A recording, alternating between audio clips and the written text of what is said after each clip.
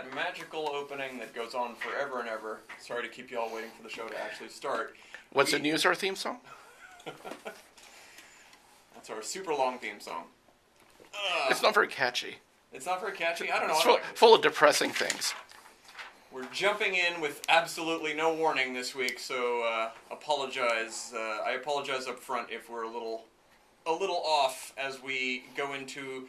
Speak for yourself. I'm on, baby. Yeah, you're on. I'm on all the time. Well, you know, I had to wrestle the microphone away from the previous show. So you didn't have to strangle the guy. Well, you know. Now we have to dispose of the body again.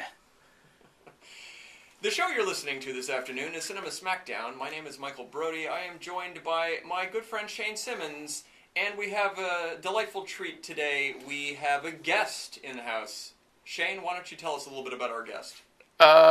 He's a friend. I've known him for 1,000,000 billion years. His name is Peter Taylor. Well, Say hello, Peter Taylor. You couldn't sound more enthusiastic. Hey there, everybody. Well, he is a movie star, to be clear. And maybe we'll get into that later. All right. If we really want to embarrass him and talk about his great film role in a horror film in England. How long ago was that? That would have been 20 years ago. 20 years ago now. Oh, I'm excited to hear about this. But let's hold it. Let's keep it back for a moment.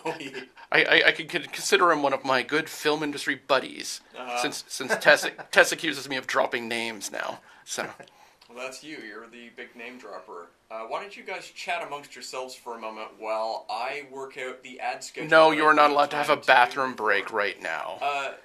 By the way, Pete, you're going to have to eat the mic, which is an industry term for get way in closer. There. Okay.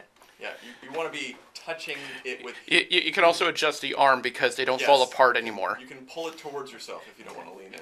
Yeah, once upon a time, you used to be very careful about touching the microphones at all because they would collapse like poorly built Lego. This seems all right. Yeah, everything's good.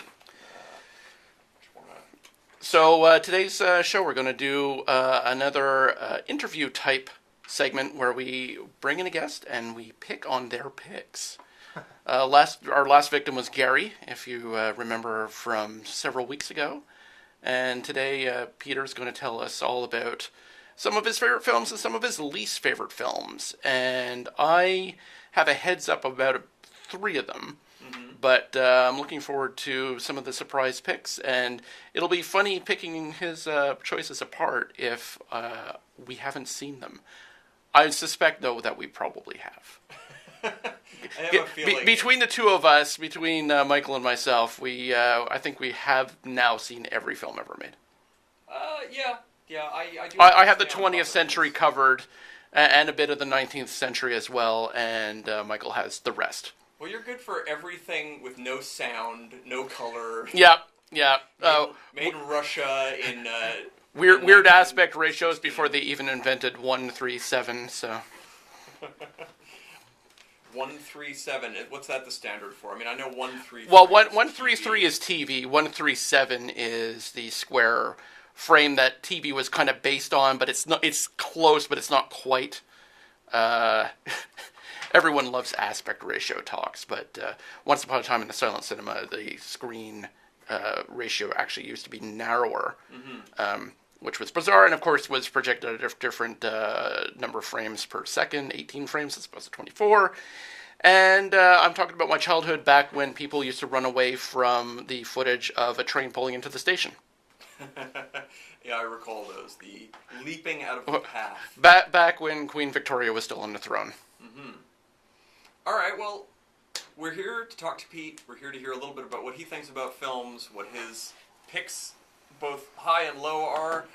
I don't know what order you want to do them in. Do you want to do one good, one bad? Sure, yeah. So we're going to talk a little bit about movies you love and a little bit about movies that you hate. So a little bit of background is that having befriended Shane, I'd say about 30-odd years ago when I was 15, given that he was such a cinephile, that he regularly introduced us to various films. So, it rubbed off on you like measles. Yeah. So then we got into the habit of catching movies together. But I cannot match either of your wasteful lives. A life spent in the dark alone, I'm not going to pretend to have been productive with my life, but yes, I did not spend as much time in the dark. Mm-hmm. But yeah, sure.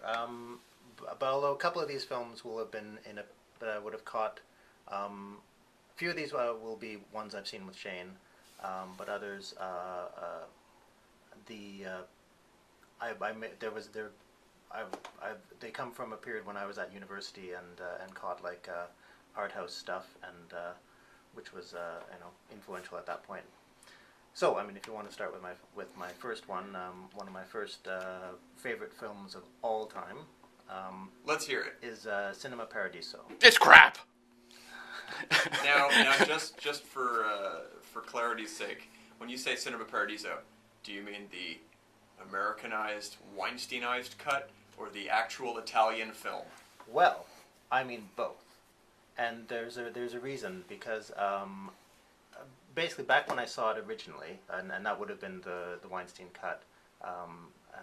Back in the early, it's probably been about 90, 91. That one was sort of perfect for my young brain, for a young romantic brain to sort of like just get the full, have the story of that one is an uplifting romantic one. There's it still has the and by I guess you guys don't give a damn about spoilers here, do you? Well, about a movie that's 30 years old that is on the IMDb's top 50 films. Yeah, I think we're gonna have to. I think we're safe in vaguely describing. I think we're gonna have to go into spoilers just to be able to differentiate the two versions of the film. But yeah, so the cinematic release version became much beloved around the world. Is a very romantic film. I mean, it still has an unfulfilled ending to it, and it's still the middle-aged filmmaker coming back to his hometown and wrestling with his past. But it's sort of uplifting in the sense that there was always that hope that he could have had a fulfilling life with his ultimate love if circumstances hadn't gotten in the way and his own and her family had gotten in the way. And so that works well for the young mind. It's like oh well, that is And then I had to come along and spoil it for you. So yeah. So when I say the movie is crap, I mean it's a masterpiece. And this is the thing about Cinema Paradiso. I missed the Weinstein cut. I never got around to seeing it back in the day. And by the time I sat down with it, the proper European cut, which is 55 minutes longer, was available. So I watched that and became very curious about what the hell was the difference between the two versions. Because having watched a nearly 3-hour version of the film, I couldn't figure out, what did you cut from this? And it turned out, they cut the heart and soul out of it. Yeah. Yeah, that's the thing. I mean, so there it was. I mean, again, it was I was living in England for a large chunk of time, and actually there were specific television commercials that were obviously influenced by Cinema Paradiso. They were like Stella Artois commercials that happened, and they were all like Cinema Paradiso. They had the music, they had the same aesthetic, and the same sort of shots, and so it was extremely influential. And then when I landed back in Montreal, within like a year or so, Shane came to me saying, "Oh, by the way, I've just spent the most I've ever spent on a single DVD in my life." It was $900. Yeah, something like that. In that neighborhood, it was not an easy to obtain one. And I'm like, "Oh, what movie was that?" And he's like, "Oh, it's Cinema Paradiso." I'm like, "I love Cinema Paradiso." And he's like, "Yeah." Which version do you mean? I'm like, "Version?" And yeah, so he says there's a whole other hour to this film that will rip your heart out. And I'm like, really? And so yeah, we and again, another bit of background here is that I am since returning to Montreal at the beginning of 2009, I've been a regular attendee at Shane's weekly movie night, where a bunch of us... Shane, you host a movie night? Why have I Don't- never been invited? Don't tell him that. Oh, right. Rule number He'll 2. he'll start stalking. Was that rule 1 or rule 2? I think it was both. It wasn't do not talk about movie nights. Do not talk about movie night to Michael. That's correct. Watch out for me showing up at your movie night. Oh, see, one opinionated bastard is enough at movie night, so... Yeah, with me it would all be really absurd. Why are you showing this? Why are you showing this? Damn you for showing this! Yeah, it's I do like when I have an audience to show much weirder, pushier stuff. You know, it's I'm more of a frequently asked questions about time travel kind of movie night guy than a Die Hard 2 kind of movie. Yeah, and we've done both of those, Yeah, but I love frequently asked questions about I could use you when on a rare night when I can attend to just keep the regular movie night crowd from watching a Dwayne Johnson film in my absence. Dwayne Johnson with your rampaging skyscrapers. both of That's which, one movie, by the way. both of which we've seen. Oh dear God! It became shameless a bad joke every time I wasn't there. They would watch a Dwayne Johnson film. So we had a special viewing of the full cut of the director's cut of Cinema Paradiso, and indeed, that one additional hour completely changed the film. But again, I view it as that I saw both films at the right time of my life, in the sense that the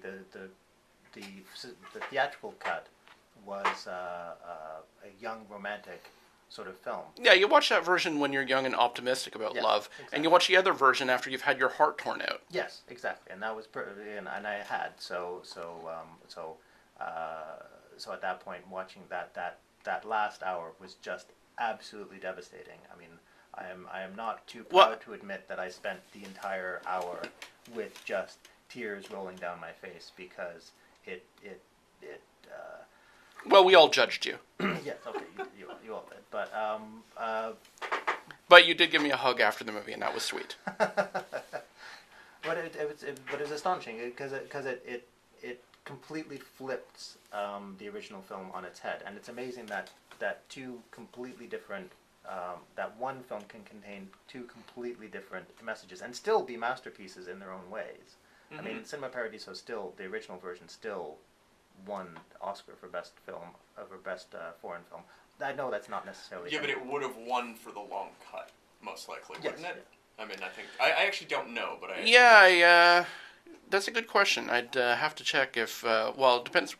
I imagine the Academy probably had their choice of whether to watch the original version or the Harvey Scissorhands I version. actually doubt that. They were probably only given one option. Here, try two different things and see what you think. I'll put it this way: they were probably sent the one screener, and unless they pursued it, they didn't get to see the original version. But was the long cut actually ever? Was that ever a theatrical release? In Europe, I believe. Yeah. It's the real version of the movie from Europe. We were given somebody saw it and said, I can make this better with scissors. Oh, Harvey. We'll be back after a quick message from different people who want to promote their activities. We'll see you in a moment with more talk about Cinema's Paradiso and other films. Sights of Embodied Silence is an exhibition in the Art Matters Festival. It's only 1 minute. Yeah, these are short. Contemporary political and social issues. Well, that was an uneven start. I blame myself, don't worry. Just my messy, not doing that properly kind of thing. Now you're fired. Yeah. I prefer to start more smoothly and I was just Look, papers are everywhere. We've virtually gotten rid of Tess at this point, so now I just have to get rid of you. Sounds good. You have to lean right into the microphone. Okay. I had to turn your sound up almost twice as high as ours. Because I just don't want you to be so much quieter than us. Whoa, that is crazy. This is the Mighty Major Boy. This is Jin. Yes, indeed, ladies and gentlemen, lyrics for I randomly chose something to put on. I may have made an error. What is this a promo for? Beats from the East. Beats from the East. Mystery, urban music from the Far East Asian community. Sounds like a better movie ad than most of the movie ads that run here. And it's already over. Alright, here we go. Yep. And we are back on CJLO 1690, doing a little show that we like to call Cinema Smackdown. Our guest today is Pete. Hi. And we have been... so far we're not picking on him enough because I have to say Cinema Paradiso it took me so long to see it. When I finally saw it, wow, did I not regret it. It was worth every minute of that 3 hours, and it took a little while for it to win me over, I have to say. At the beginning of the film, I wasn't so sure. It's like, why do people love this so much? And by the end of it, it's like, yep, masterpiece. Well, it's worth mentioning, and you guys, perhaps neither of you even realize this, that director, whose name is, I'm going to butcher the pronunciation of his name, but I'm going to say Giuseppe Tornatore, he has a huge film career. He was working for about 7 years before that movie, and he's gone on to make movies right up until last year. He has an interesting body of work. Most of his movies are Italian. A couple of them are in English. And I am not a huge fan of Cinema Paradiso. I thought it was fine. I thought it was very effective. It didn't change my cinematic experience. It didn't register as It's hard 2-on-1, Pete. You hold him down, and I'll punch him. However, he did make one movie that I liked a great deal more. Now, is it a better film? Probably not. But I really loved this movie, and it's his, I'd say it's his most successful English language film. I think it's from around 98. It's a movie called The Legend of 1900. Have either of you seen this? No, you've told me about it before, but I have not gone around to see it. So hilariously, in contrast to the film you just described, there are 2 cuts of this movie as well. There is a 2-hour cut and a 3-hour cut. And I saw the 2-hour cut first, and it is a brilliant, odd, heart-wrenching film about a man who is born on a boat on a large... like a cruise ship or something? Yes, like a cruise ship in the year 1900, and he is abandoned, found by the crew, and he is dubbed 1900. That's his name. And he grows up on this boat, never sets foot off of it, and just lives amongst... It's like a circus movie in a way. They're all performers. He lives with the crew and the performers on the boat, and he gradually takes up the piano. And it is a brilliant, heart-wrenching, and strange movie, and there is a 2-hour cut, which is plenty heartbreaking. Then there is a 3-hour cut, which it took me 20 years to track down, something like that. I finally saw the original 3-hour European cut, which takes away almost all the impact of the 2-hour cut. It just, beat by beat, removes all the punches that the film has by giving you scene after scene of flashbacks that just don't matter and lighten the mood. So I think that the 2-hour cut of Legend of 1900 is vastly superior to the long cut, which I would argue, obviously, Cinema Paradiso, I prefer the long cut. Go figure. He's also made a couple of other movies that are just notable. I think it's prior to Cinema Paradiso. He made a movie called The Star Maker, which is about a con man in the 30s or 40s, who is driving around with his own film camera offering screen tests for money. It's a con man movie that has sort of a heart of gold. It's a delightful film. And so that one was pretty good. And he also made a movie in I think it was the early 2000s, called The Unknown Woman, which is a super creepy thriller about a woman who takes a job in a family's home as a maid in order to essentially get revenge. And it's pretty great. It's a really uncomfortable little thriller film. Those are the movies of his I really loved. And he's done a few since, like The Best Offer, which was a movie with Geoffrey Rush, another English language film, which I thought was okay. And I think he did one with Jeremy Irons last year as well, which was, again, okay. But he certainly has enough work in his filmography that's worth checking out, no question. So again, that's Giuseppe Tornatore, director of Cinema Paradiso. Did you guys have your say with that one? Did you have anything else you want to mention? No, I'm dying to hear a film that Pete hates now. Yeah, so let's move on to a film I hate. And now, just for contrast, we'll do love-hate. That's the whole concept here today, just to see what... I urge people, when they come on the show to be interviewed, to give us...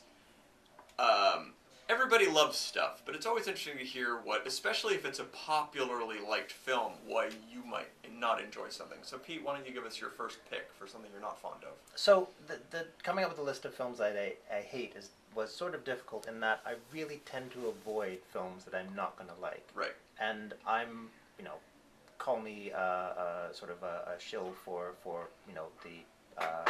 aggregators. But I mean, if I look on, I will try and gauge whether or not a film is worth seeing in terms of general reactions. I try not to read the reviews or anything like that, but I try and gauge what the sentiment is out there. And again, also bearing in mind that largely, reviewers and audiences can be dumb and not get things right or miss the point of things. But I generally try to avoid bad films. But sometimes I end up seeing them by accident. So the film I'm going to start off with is Sucker Punch. But it's such a popular film around these offices.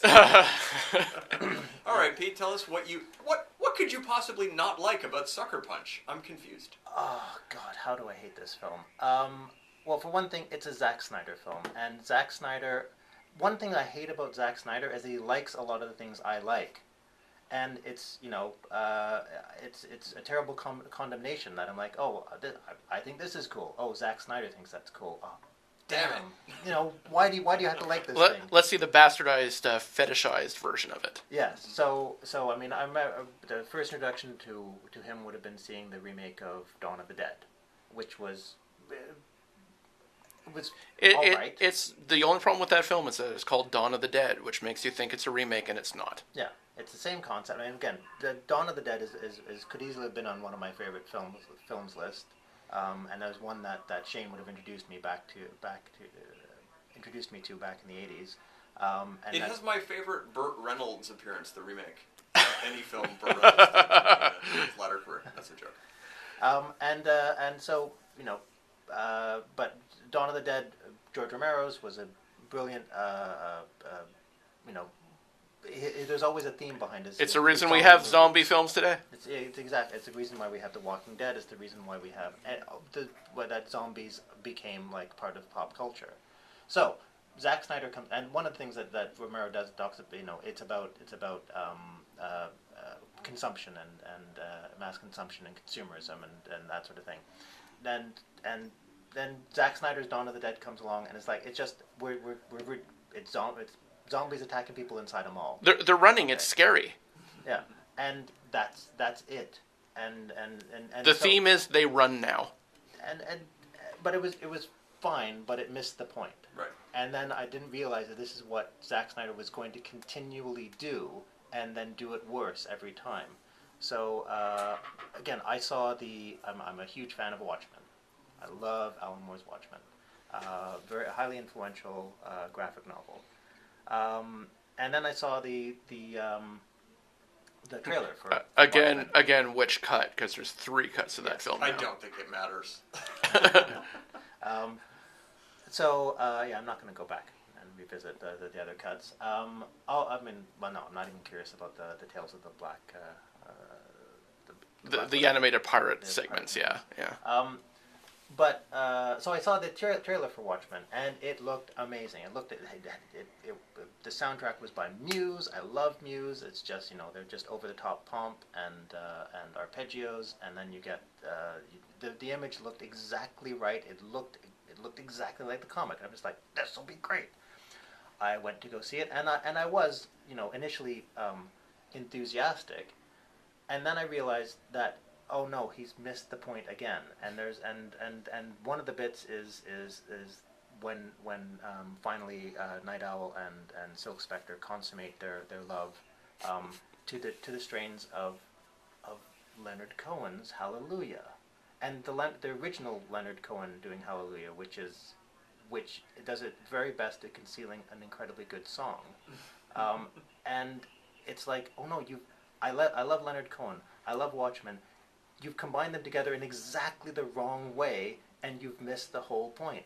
Yeah, there's a thing I like to call a little too on the nose. Yeah. And that is the most...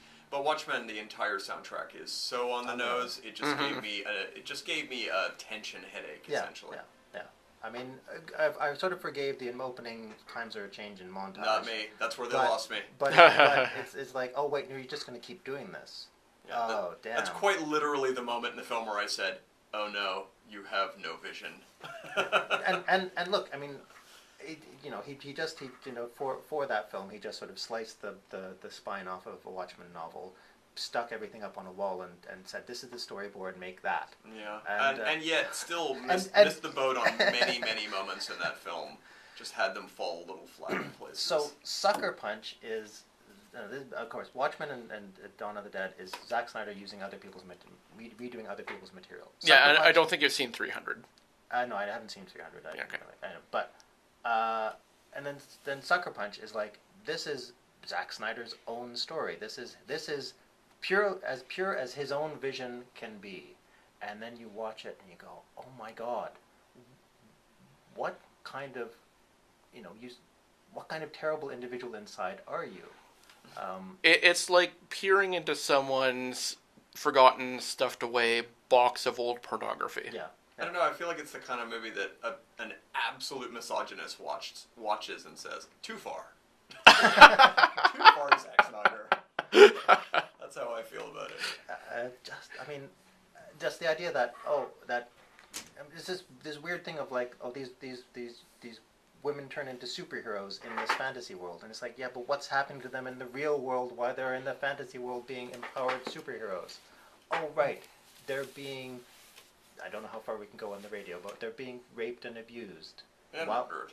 And while... Just saying they're being horrifically abused is probably fine. Okay. It's like he saw the movie Brazil and Yeah. said, I get this, and he didn't.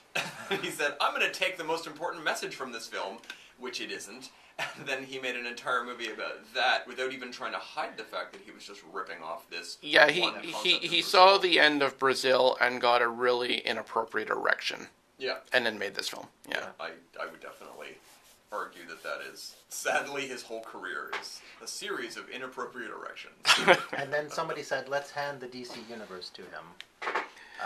And panned out.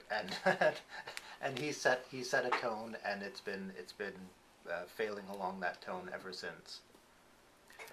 Okay. Except when they lighten up slightly.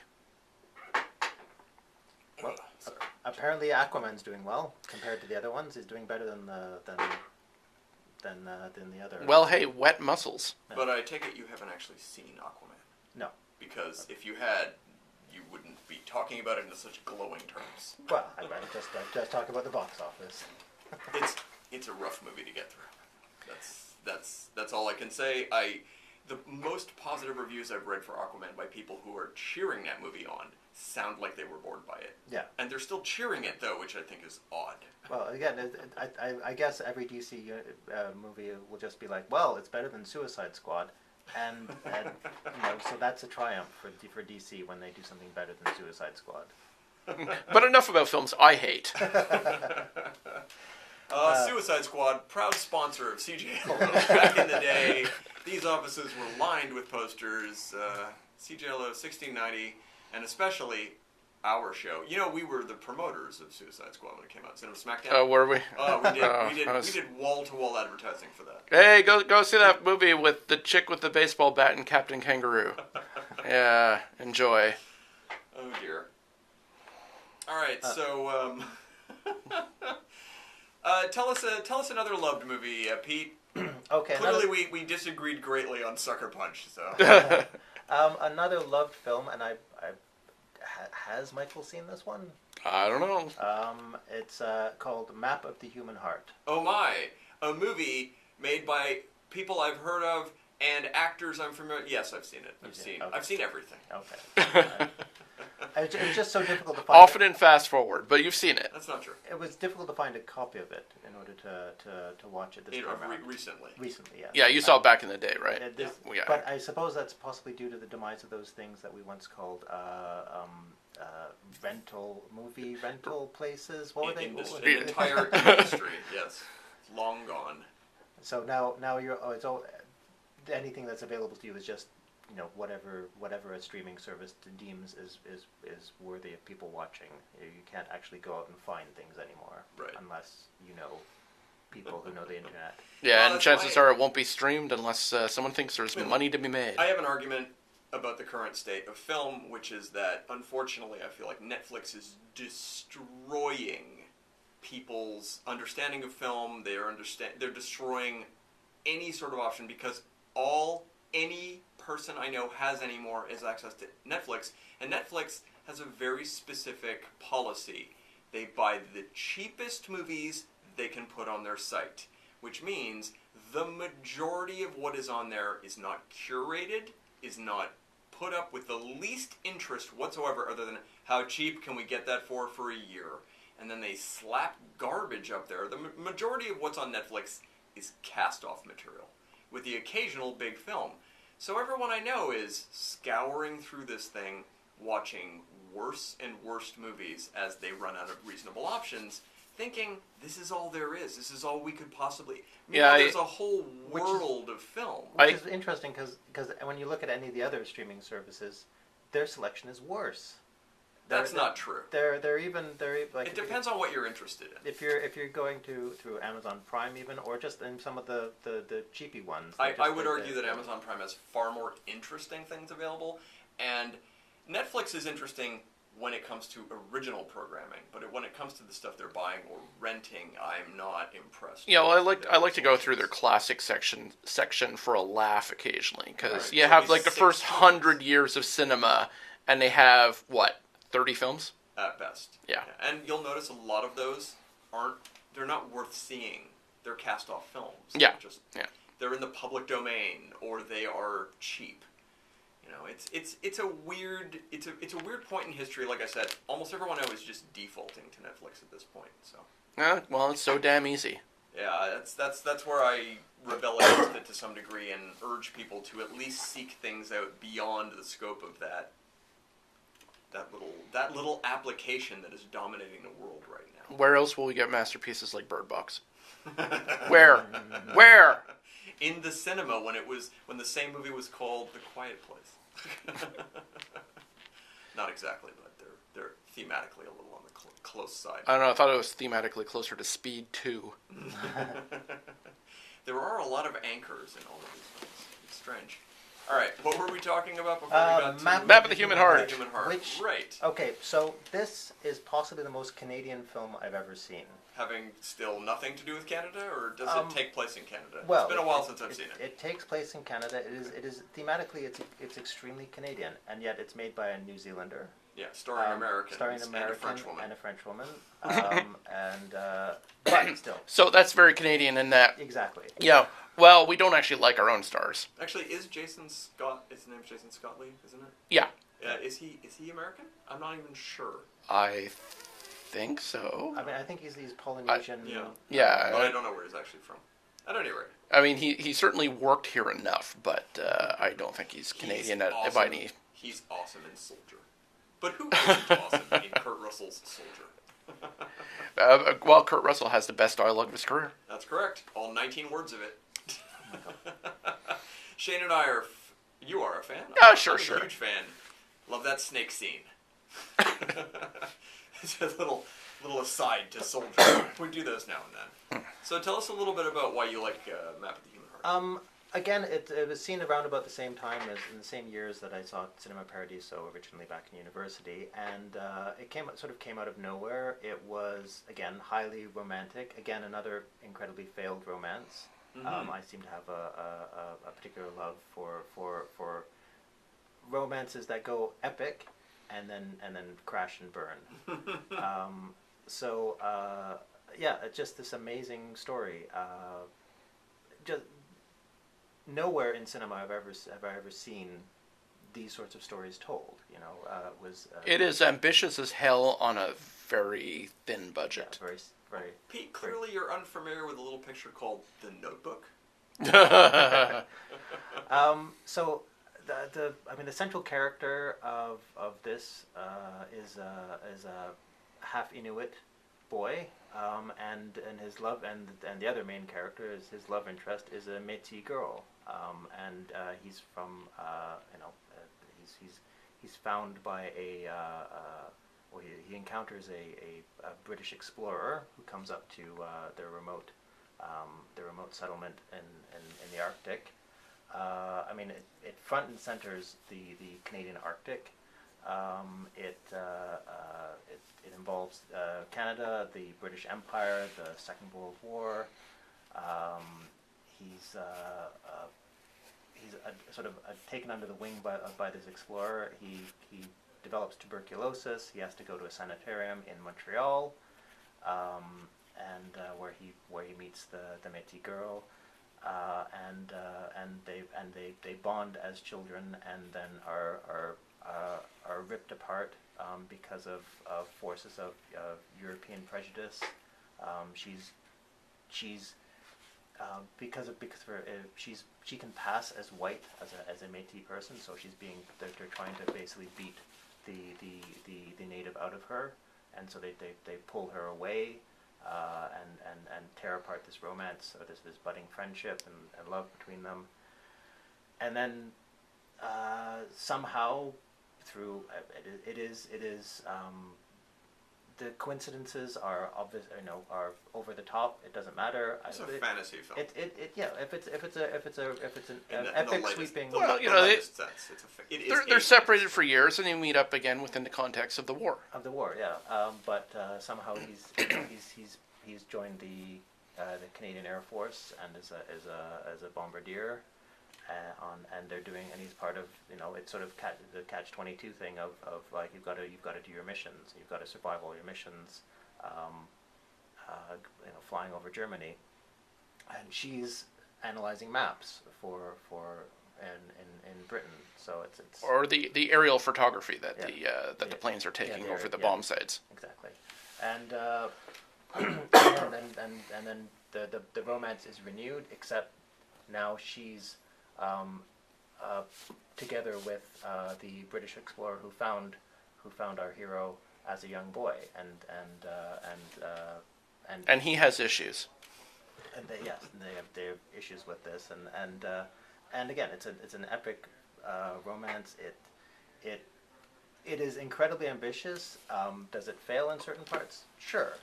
But I mean, who dared to make a film as big as that on a shoestring budget in 1992, and who dared tell the story of Inuit Métis love sweeping across the early part of the 20th century? Well, it's certainly Vincent Ward, the director's most successful, effective movie.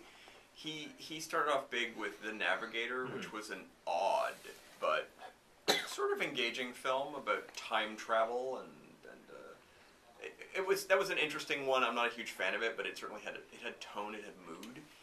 And after Map of the Human Heart, he did a little movie called, what was that called? What Dreams May Come. I was like, Oh, what lies that- beneath? What have you? Whatever. Yeah. And that is one of the most ill-conceived movies I've ever seen. Yeah, based on the Richard Matheson novel, right? Yeah. But it ventures into the concept of what heaven might be like, which is an alright concept. It's been explored extremely well on a TV show called The Good Place recently. And another show starring Steve Buscemi at the moment, which is an absolute parody of the concept called, I think it's called Miracles, which is also very interesting. But when he did, I keep wanting to say What Lies Beneath, What Dreams May Come, he threw into this mix the concept of suicide and purgatory, and it just drags the movie. And that's also an epic romance film, but it drags that story. But it's also so one of those far down. films from that bizarre middle happy Robin Williams period where he was making Bicentennial Man and stuff like that. Yeah, but it falls a little closer to one of his harsh movies, which he's made a few, like Jacob the Liar, and he made some movie with a video camera in his head, which was also excruciating to sit through. The Final Cut. That's right. I Yeah. didn't think you knew that one. Yeah. Yeah, that's from that period. The what the hell period. Yeah, okay, maybe the transition period. There's a little bit here and there, it was a little, what lies beneath, what dreams may come, whatever. It suffers a bit from too What's much. love got to do with it? Too much. All Let's came out the same let's era. explore the afterlife with way too much Hollywood CGI. Exactly. But back to the Map of the Human Heart. I just want to mention I always consider it a companion piece with another Inuit-themed film that came out right around the same time. There was this brief, tiny glut of Inuit-themed films starring a bunch of Hollywood actors who were anything but Inuit. And I'm talking about Agaguk, Shadow of the Wolf, starring as Inuit Lou Diamond Phillips, Jennifer Tilly, and Toshiro Mifune. That it's a bizarre little piece. I half recommend it. It's also Canadian, right? It's certainly got that Canadian a Canadian Connection because Donald Sutherland is in it as the only race-appropriate character playing a Mountie. Yeah, it's a weird period of film. So why don't you tell us another one of your least liked films, Pete? Yeah, shall I do this one? Have you got a short one? Because we've got 2 minutes before an ad. Something you want to crap on. What can we say about After Last Season? Oh my God! I don't know if that's worth crapping on, but I understand. It is. I just want to crap on the fact that it got released, rather than what it is. I can't hate on that film, but it is probably the single most incompetent film I've ever seen in my entire life. That got released. Yeah, that got released, yes. See, okay. If it had just been a home movie that never got released and no one ever saw, then fine. Right. I mean, fair enough. I'm not going to hate on it because it doesn't necessarily hit on foul themes or... It's just a homemade video camera movie. But just terrible. every single shot in that film, every single one, is wrong in some significant way. Either the framing is off, the performance is terrible, the lighting is wrong, the sets are abysmal. The MRI machine is made of visible cardboard. Yes. All the and sets foil. are made out of paper. There's a paper MRI machine. Yeah, but I mean, the thing is, there are movies where all the sets are made out of paper and they're wildly charming, but you have to lean into that. And then it has very lengthy computer animated segments that look like an experiment that was performed on computers around 1982. I would argue that After Last Season is perhaps the worst homemade movie that ever received release. But just as a counterpoint, I will say, because it came to mind the other day, perhaps the best homemade movie I've ever seen, which absolutely looks like a movie a friend of yours made in his garage and then invited you over to watch just for fun because he made it, is an independently made movie called Deadbeat at Dawn. The Oh, Jim yes. Van Bever Yeah. movie, which is also made with, I'd say, Scotch tape and staples, and yet it has so much heart. It is also an off-the-wall exploitation movie with extreme amounts of violence. It's quite energetic, as I recall. But watching the lead guy, who is played by the director, Van Bever, throw himself through things to just get the moments on camera. I mean, there are the climactic fight in that movie is so over the top and so, again, homemade. It's almost as crazy as that guy who made the Spider-Man movie way back when, where he was literally swinging between buildings on a rope with no net. Exactly. But terrifying to watch. But I would say that the Deadbeat at Dawn is at least a good film. Yes, that yes. Spider-Man movie is pretty unwatchable. Yeah. Best thing to come out of After Last Season, though, I will say, there's a YouTube video of guys who had heard about this film, had seen the trailer. The trailer looks like a joke. It can't. You watch it and it said, for a while there was a rumor that it was a Steven Soderbergh practical joke that he had made. And these guys found out that the film was playing 3 states over from where they were. So they got theatrical release. It got theatrical release. So they piled into a car. They drove 3 states over to go see this movie. And there's a YouTube reaction video that's worth its weight in gold, and it's better than anything in the film itself. All right, well, we'll be back in a moment with more of Pete's thoughts on the best and worst films ever made. Concordia Arch on March 15th at the Collision of Art and Business Conference held at Yeah, sorry, I just realized my issue with the sound was that one of the speakers on my earphones is dead, and it was the one I was listening to, so everyone's voice sounded off, and I was fiddling and fiddling. So if later Cindy tells you the sound was fucked, that's why. Okay. Something that I did not put out on the air, but will be on Shane's. It's a little behind the scenes dialogue. Well, as far as sound quality goes, we can't ever get worse than the episode we did when Tess had laryngitis. Yeah, it was really hard to get her. And she whispers through the Hard to get her in at all. It's like, oh, just stay home. You can take a sick day if your voice is that shot. 20 seconds. Okay. Anyway, like I said, if Cindy's like, what was up with the sound, tell her I apologize. Fiddling with it, trying to get it right. She's only a professional voiceover artist, so. She'll understand. Alright, here we go. And we're back on CJLO 1690's Cinema Smackdown with a few films, a few thoughts by Pete Taylor. Pete, Thank you. Why don't you give us another movie that you actually enjoyed, because that was plenty about After Last Season. Yeah, okay. Another film I love is Coen Brothers' Miller's Crossing. The Coen brothers. Crap! I'm not familiar with these. Have we ever mentioned this film on air before? Actually, we almost did a deep dive, all joking aside, we almost did a deep dive into Miller's Crossing a couple of weeks ago because one of the main actors in it just passed away, Albert Finney, Yes. who plays the mob boss Leo. Yeah, What's his Leo. family name? Oh, All right. You're not going to win that trivia point. Oh. So, at any rate, Albert Finney, who played the mob boss, the charismatic Leo in the film, he died a couple of weeks ago, and I consider this to be his crowning achievement work. And this is just a piece of trivia. Some people know it. I love the fact that it is, in my opinion, by far his greatest performance. Finney has never been more engaging or interesting in a role, and he was a very last-minute replacement. I think he was 1 or 2 days out from the movie being shot. Their chosen actor passed away. Yeah, who had been Nathan Arizona in their previous film, Raising Arizona. He had been the boss, and he had just dropped dead right before production began, and they had to scramble.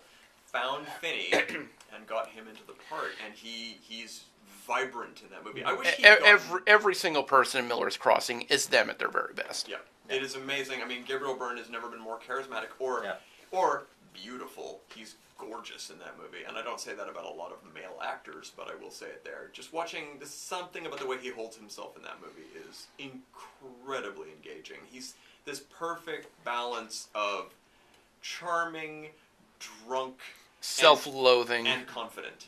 All at the same confident, yes, but also self-loathing. Oh yeah, to the nth degree.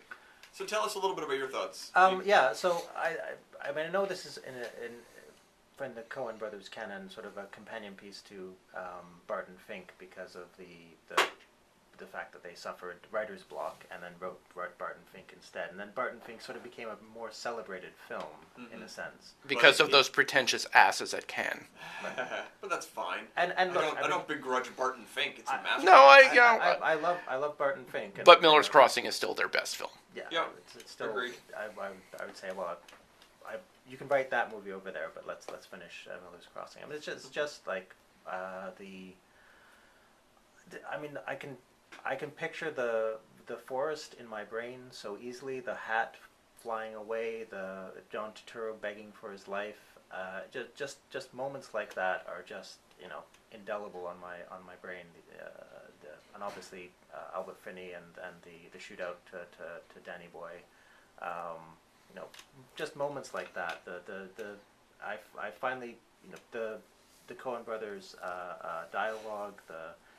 These weird I guess speech patterns where you think, is that actually a speech pattern of the time, or is that something you just made up? Like you give me the hi-hat. I mean, did anybody say that back in the 1930s? Well, I don't know. The twists did.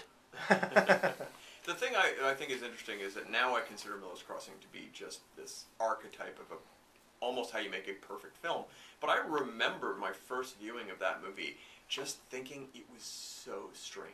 So many of the moments in that film on a first viewing are odd. It is a film that demands repeat viewings if you're going to really appreciate it. Well, watching a child play with a dead man's toupee, watching people kind of flop around trying to get in and out of a violent situation, and then realizing, no, they kind of know what they're doing, like Albert Finney jumping out the window in the sequence where they're trying to burn his house down, and how he reacts to that. It's really powerful, and yet, on a first viewing, I just thought it was strangely paced.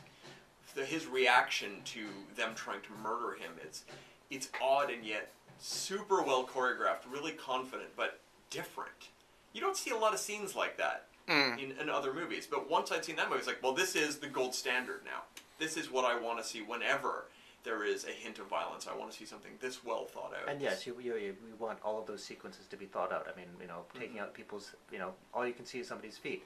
Take out their feet. Yeah. Like, knock them down onto the ground and then kill them, shoot them when they fall into the ground, shoot them in the head. I mean, this is... It amazes me how many movies are still just people shooting at center mass over and over across parking lots. Yeah. Yeah, I remember I think it was a feature in Premiere Magazine back in the day, back in its early days, where they would disassemble a scene, and one of them in Miller's Crossing, part of that shootout at Albert Finney's home, when he gets outside and he sees a guy by the window and he just starts unloading into his back. Meanwhile, in reaction to being killed, this guy squeezes his own trigger on his own Tommy gun, shooting out the chandelier in front of him, and this impact from the back and spitting lead from the front keeps him standing for an unreasonable amount of time as he's shot to pieces, and it's just a lovely, horrible Not moment. only that, but just, I believe, it's been a little while since I've seen it, but I believe that the entire time he's racing down the street firing a gun at a car, he's smoking a cigar the entire time, isn't he? Well,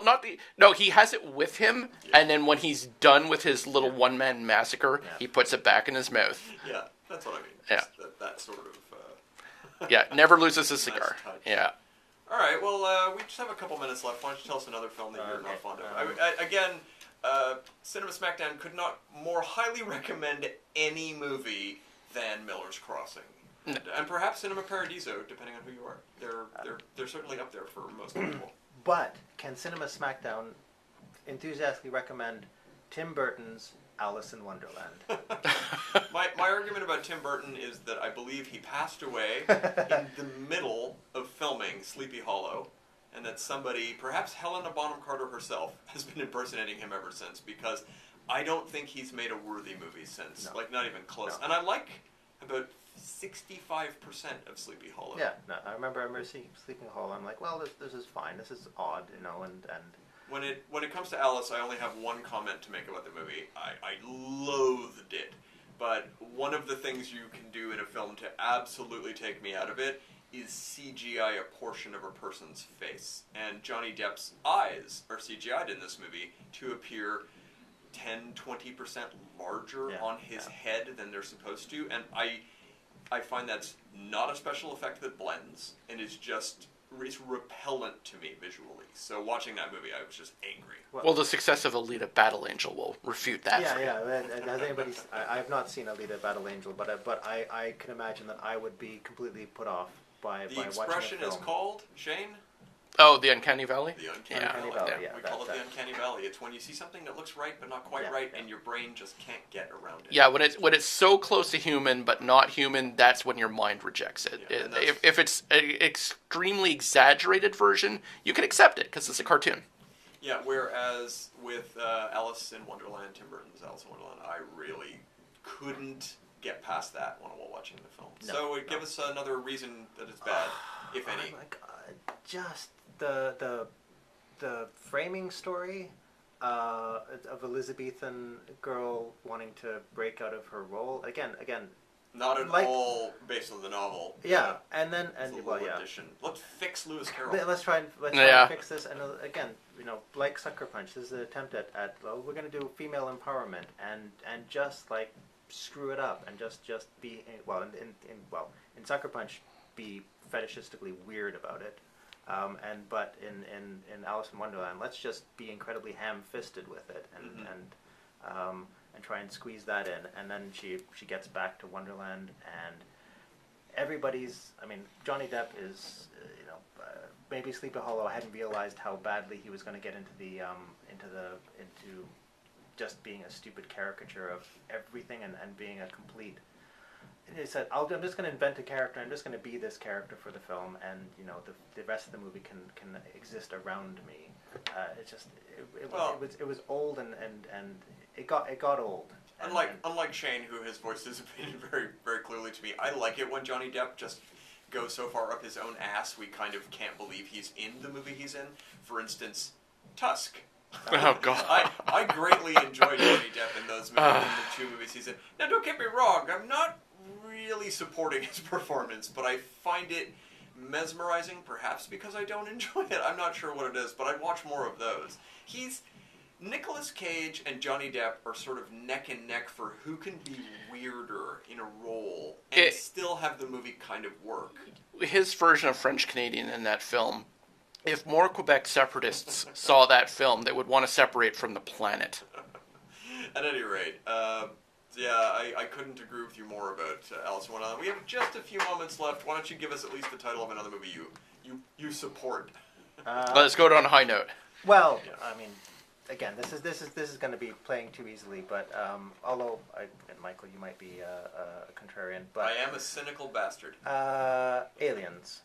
No, I can't fight you on that one. I still consider Aliens to be possibly the most successful suspense action film I've ever seen, and I've seen it way too many times to watch it objectively at this point. Yeah. And yet I still can't get over how well most of it works. Yeah, it's just like the best sequel to anything. I mean, I love Alien, but that Alien says I'm going to take that and I'm going to do this with it, and it'll all still make sense, and it'll all still and I'm going to do a completely different film and make it an awesome film of its own. Aliens should be as bad as a Zack Snyder movie because it absolutely takes the model of we had this beautiful little thing and now we've overblown it ridiculously by adding layers and layers and layers, and yet every one of those layers is measured, clever, it is intriguing.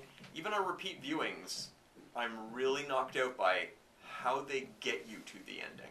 Just scene by scene. It's a shockingly good movie. The thing that amazes me about that film is that James Cameron is always quoted as, oh, well, he did this that was influential, he did that was influential, and they rarely mention Aliens. And it was one of the most tremendously influential films of its era. The whole concept of, let's do a sequel where this time there's a bunch of them, that's Aliens for you. All right, well, that was not quite your 5 and 5. We got through 4 and 3, I believe. Wow. Yep. All right, well, we'll have to have you back another time where you can... it's pretty easy. We'll just give you the Zack Snyder filmography one by one, and some Coen Brothers movies. You need to catch up on the rest of Zack's films, and then you can crap on all of them. Absolutely. Absolutely. Apparently, I need 300 is one of the best. I would defend that as actually his best film. Oh dear. Yeah. What are you gonna do? Well, this has been Cinema Smackdown. My name is Michael Brody. I have been joined this afternoon by Pete Taylor and Shane Simmons. We have been just chatting about things we like and don't like, I guess. For the we were picking on Pete's picks, and we didn't pick on him too much. No, well, it's hard to disagree with. You really didn't bring a lot of controversy today, Pete. Yeah. We'll look forward to some... Give something we can argue about next time. Okay. I'll think about that. All right, well, thanks for listening, everybody. All right, thanks very much, guys. Oh, Jesus. That's super annoying and loud. You're listening to CJLO 1690 AM. Oh, thank God that music ended. So someone's playing drums nearby? Yep. The good news is the lady didn't show up to do her show, so I can actually just do the Oh, yeah. the playlist right here, just in case it...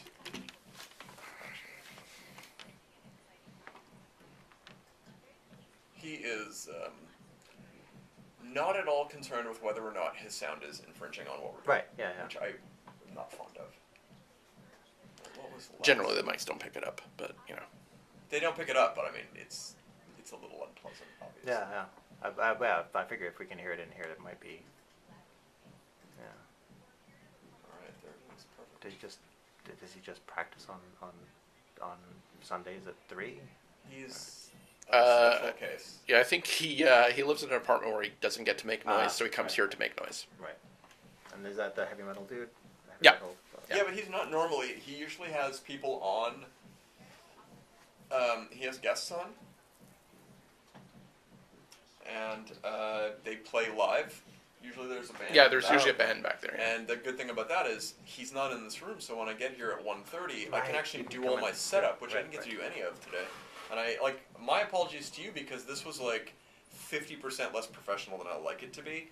I hope it was all right, but I felt a little of that feeling of like, God damn it, that wasn't quite what I wanted.